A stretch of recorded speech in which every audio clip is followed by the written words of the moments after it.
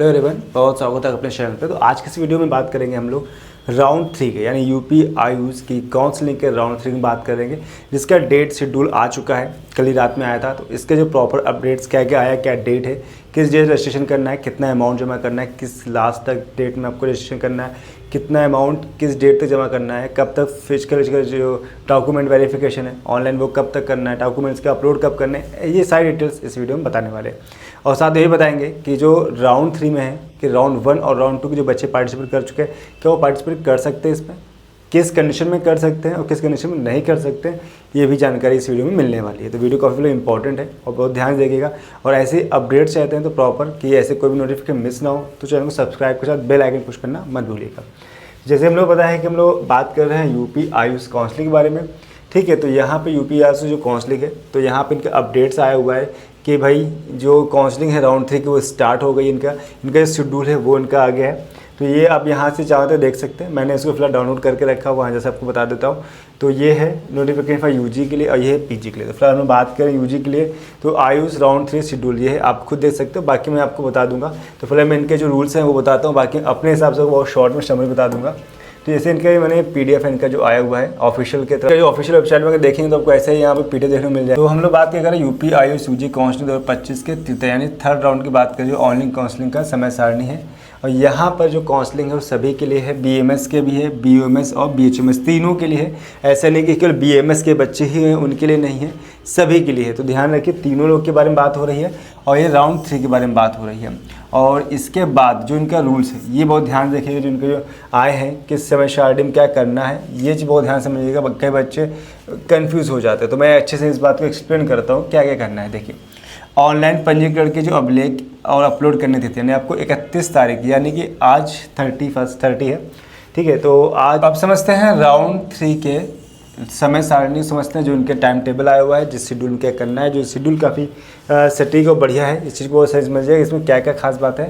तो जो ऑनलाइन पंजीकरण अभिलेख की जो अपलोड डेट है, ठीक है, अपलोड करने की डेट है वो 31 तारीख से स्टार्ट होगी, यानी आज है 30, ठीक है, जो मैं बना रहा हूँ वीडियो, और कल की डेट से स्टार्ट हो जाएगा। 1 बजे स्टार्ट होगा दोपहर में और 2 तारीख को 6 बजे ख़त्म हो जाएगा। 3 दिन का टाइम मिलता है। तो इसमें देखो गलती क्या करते हैं बच्चों, ज़्यादातर स्टूडेंट्स क्या करते हैं, देखते हैं 31 तारीख है और 2 तारीख है, बस इसको लेकर बैठे थे। लेकिन सबसे इम्पॉर्टेंट चीज़ वो क्या है, इसका टाइम टेबल। टाइम में आपको ये भी ध्यान देना है कि भाई यहाँ टाइम भी लिखा हुआ है। ऐसा नहीं कि आप सोचो कि बस स्टार्ट हो गया, 31 को 1 बजे स्टार्ट होगा, लेकिन जो क्लोजिंग टाइम है वो 6 बजे है। तो ऐसा मत सोचिए रात के 12 बजे तक कर लेंगे। बहुत बच्चे इसी बात में रह जाते हैं, तो ये ध्यान रखिएगा।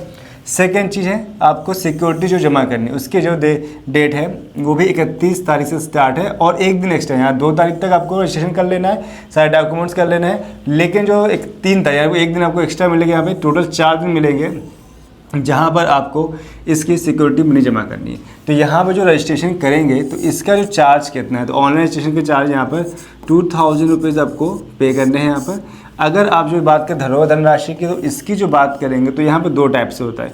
एक 20,000 रुपये आपको जमा करने पड़ सकते हैं, ठीक, ये तब होगा कंडीशन बताते हैं। सेकंड क्या है, 50,000 जमा करना होगा। तो दोनों में डिफरेंस क्या क्या है भाई, ये जिनको नहीं पता उनके लिए पता, बाकी जो राउंड 1 राउंड 2 दे चुके उनके बारे में तो पता ही होगा।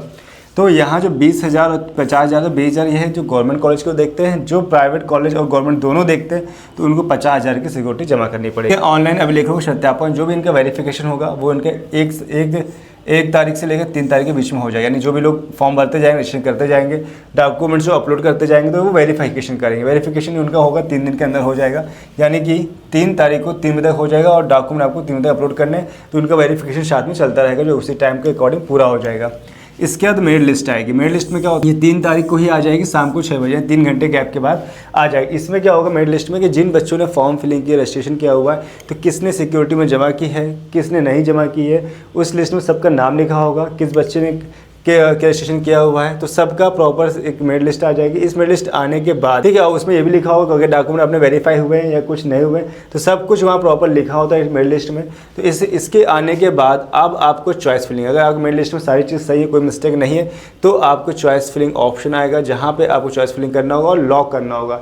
तो ये ध्यान रखना है कि जो यूपी की जो आयुष काउंसलिंग है, यूपी वाले में अगर ऑल इंडिया की बात करेंगे तो वहाँ तो कोई दिक्कत नहीं, वहाँ पे ऑटो लॉक का ऑप्शन आता है, लेकिन यूपी आयुष काउंसलिंग में ऑटो लॉक का नहीं आता ऑप्शन, आपको यहाँ पे लॉक करना पड़ेगा, अदरवाइज दिक्कत आता है। तो ऑनलाइन चॉइस फिलिंग की डेट जो है 3 तारीख को ही है, 3/11/2025 मेरिट सूची प्रकाशन के उपरांत, यानी कि शाम को 6 बजे के बाद से 5/11 तक, ठीक, 5 नवंबर तक दोपहर 2 बजे तक, ध्यान रखिए दोपहर 2 बजे तक 5 तारीख, ये मत सोचिए कि 5 दिन पूरा पड़ा हुआ है, दोपहर 2 बजे तक ही आपको चॉइस फिलिंग कर लेनी, साथ में सीट को लॉक भी करनी है।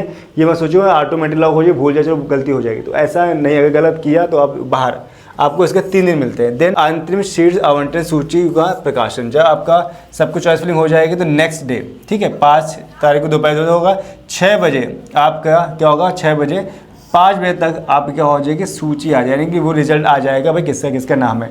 इसके बाद आपको जिनका नाम आ जाएगा, जिनको रिजल्ट कॉलेज मिल जाएगा, लिस्ट में नाम होगा, उनको नोडल सेंटर पे जाना होगा। मैं बताऊँ नोडल सेंटर कहाँ पर है, ये 7/11 से 8, यानी आपको 2 दिन के अंदर शाम को 5 बजे तक, आपको 9 बजे से स्टार्ट होगा मॉर्निंग में और 5 बजे तक ही जाना होगा, जहाँ पर आपको 2 दिन मिलेंगे, जहाँ पे 7 और 8 तारीख को आपको जाके अपने वेरिफिकेशन करने होंगे, डायरेक्ट डॉक्यूमेंट ले जाने होंगे, वेरिफिकेशन करवाना होगा, जो फिजिकल रिपोर्टिंग होगी। अगर ये आप नहीं कर पाते हो तो आप फिर से बाहर हो जाओगे।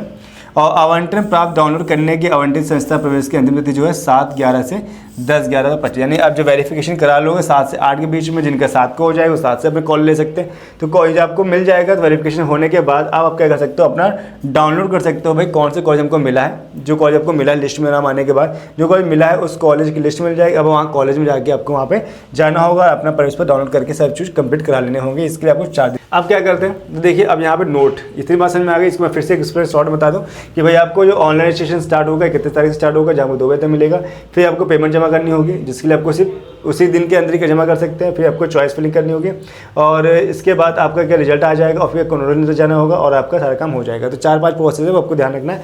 कुछ भी डाउट लगे मुझे बताइएगा। और रिजल्ट के लिए मैं बताया, सॉरी पेमेंट के लिए बताया करते हैं 2000 रुपये रजिस्ट्रेशन चार्ज है, 20 और 50,000 दो ऑप्शन आता है। जहाँ पर गवर्नमेंट की बात करें 20,000 और प्राइवेट गवर्नमेंट दोनों बात करेंगे 50,000 रुपये आपको सिक्योरिटी में जमा करनी होगी। अब यहाँ पर कंडीशन क्या क्या है उसमें ध्यान रखना। प्रथम चक्र द्वितीय चक्र में प्रवेशित अभ्यर्थी पुनर्वंटन के लिए पुनः चॉइस फिलिंग कर सकते हैं, यानी कि जिनको राउंड 2 और राउंड 1 में रिजल्ट आ चुका है, प्रवेशित हो चुके हैं, यानी उनका नाम आया था लिस्ट में, ठीक, लेकिन अगर वो चाहते हैं अपग्रेड करना चाहते हैं तो अपग्रेड करने वाले छात्र क्या करते हैं, फिर से चॉइस फिलिंग अपने अकॉर्डिंग कर सकते हैं। हाँ, चॉइस फिलिंग में आप ध्यान ये रखिएगा कि कभी भी वो कॉलेज मत फिल करिएगा जो ऑलरेडी आपको मिल चुका है। जो मिल चुका है उसको फिल करने का मतलब नहीं कि अपग्रेड होगा तो कुछ नया मिलेगा, अगर अपग्रेड नहीं होगा तो वो कॉलेज फिर से ऑटोमेटिक आपको मिल जाता है। लेकिन अपग्रेड होने के बाद अगर नया कॉलेज मिलेगा तो पुरानी सीट जो है आपकी वो ऑटोमेटिक कैंसिल हो जाएगी, फिर उस पर आप कोई अधिकार नहीं दिखा सकते कि मेरी सीट है मुझे वापस चाहिए। तो ऐसा पॉसिबल नहीं है, आपकी वो सीट ऑटोमेटिक कैंसिल होगी अगर अपग्रेड के बाद कोई नई सीट मिल जाती है। दिन कह रहा है यहाँ पे राजकीय एवं निजी, यानी कि आपको जो स्टेट लेवल के हैं और जो निजी क्षेत्र के यानी जो प्राइवेट कॉलेज है, तृतीय चक्र के काउंसलिंग तक प्रवेशित आवंटित